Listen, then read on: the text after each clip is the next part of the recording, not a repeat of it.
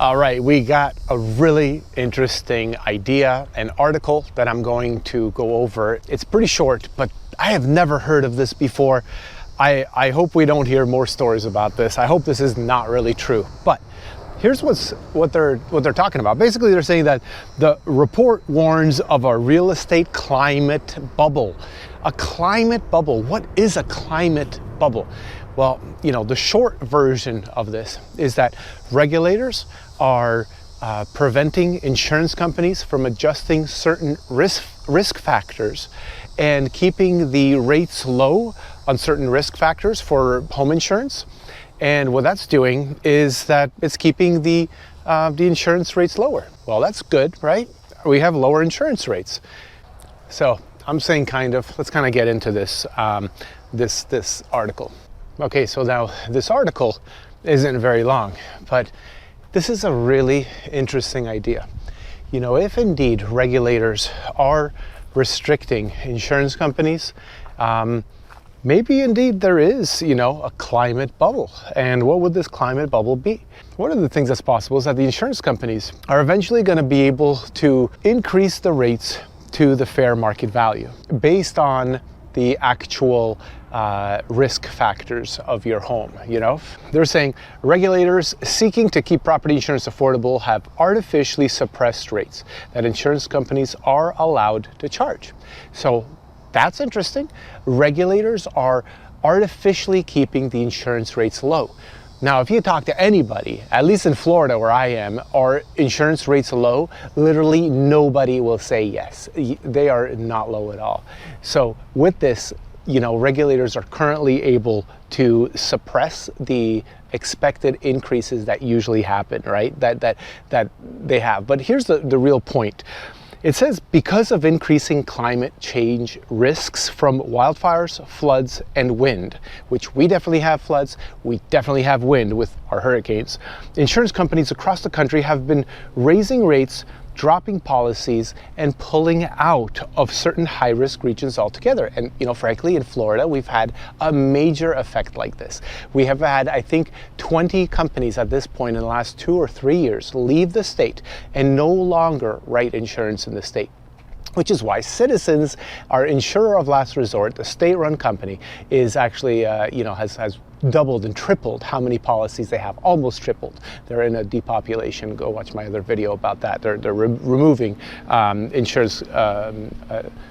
They're removing how many policies they have right now, but still, the company's pulled out because of these increasing risks. It also then says, as insurance prices rise and the cost of homeownership becomes too expensive, not just because of insurance, but obviously our interest rates, property values will deflate, leading to a realization of the current climate-driven overvaluation in the market.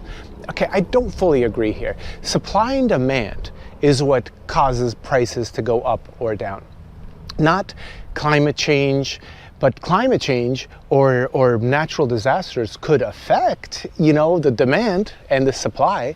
So it's just saying as insurance prices rise and the cost of home ownership becomes too expensive, I'm pretty sure the cost of insurance isn't like the reason you can no longer afford your home. Home affordability is out of reach.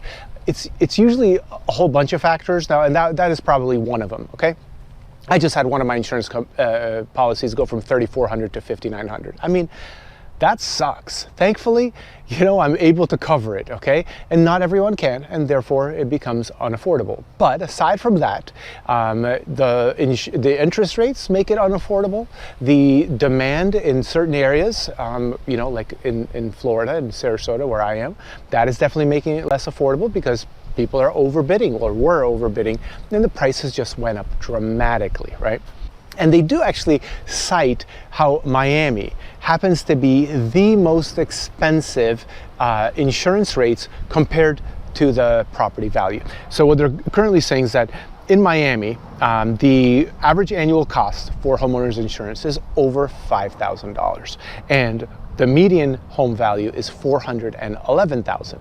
So that is, 1.2% of your home's value that every year you have to pay into insurance. Then they also say that in the 33012 zip code, which is Hialeah, it's the worst. They have an average $5,900 annual insurance rate, and their home value is $277,000. That's over 2%. So that is very unaffordable. That is tough. But when the homes are $277,500, that's a lot cheaper too. So it is a little easier to afford a home there. But then if you have insurance and all that, it makes it less affordable. The last thing is that they're saying that in Miami, or in the Miami-Dade County, Citizens has added 125,000 new policies since 2016. Now this is a very long time. I mean, we're talking about 7 years here.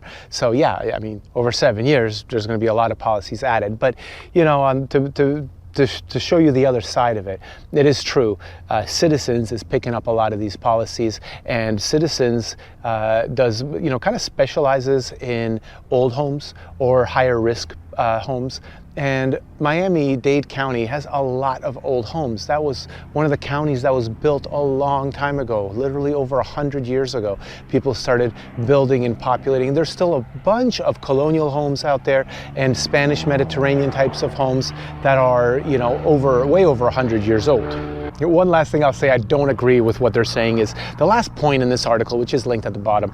It says, an example shows how increasing insurance costs could cause the value of a property in West Palm Beach to potentially drop by 18.9% in the near future and 40.6% in 30 years.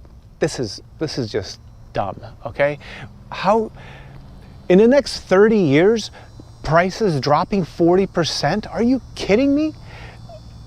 Okay, save this video if you think that's going to happen, and then come back to me in 40 years, when I'm 85 years old, and show me, hey, you were wrong, okay? But I can save that video and show you I'm going to be right too. There's no way that the values are going to decrease by 40% in 40 years. This is so stupid. I mean, insurance will go up, yes, but property values always go up. I mean, not always, they tend to go up. They're cyclical, okay? There's long market cycles, but there's no way that they're going to decrease 18.9% and then they're going to decrease 40%. I mean, in 30 years. This is just ridiculous. I am buying houses all the time. My mind is never shut off from saying, oh, it's not a good time to buy it. Yeah, I'm a realtor. I'm totally biased, but it's not, because when an opportunity arises, for investment property, let's say, if there's where the numbers work, great, let's go for it. Okay, if I'm getting, a 100% return or an infinite return on my money because I get to acquire a property, just taking over somebody's payments or something and no money out of pocket, I don't care what insurance is doing. That is a good thing, and as long as the mortgage gets paid by the tenant, that is a good situation. So I am paying attention to insurance, obviously, if you're watching my videos, but I am never shutting off completely and saying I am not purchasing property because of insurance. Insurance is part of the game. That's all it is. The goal is to acquire property and eventually pay them off, and then carry self-insurance, which basically means I get liability and I remove the hurricane, which is the vast majority of all the premiums. Remove the hurricane component, and then when something happens, if after 5 years or 10 years a hurricane strikes, if it's $5,000 a year that I haven't been paying, I've been saving, then I have $50,000 for repairs. That's a lot. And that is a gamble that not everyone is willing to take, but that's a gamble I will be willing to take because the insurance rates are climbing pretty fast. My name is Maciek, and I'm a real estate agent in Sarasota. Also, if you have any questions, please feel free to write a comment at the bottom. I reply to every single comment myself. And if you want to get a little course, a for sale by owner course that I am preparing, I haven't finished it yet, just to fill out the form at the bottom, and I'll send it to you as soon as it's ready.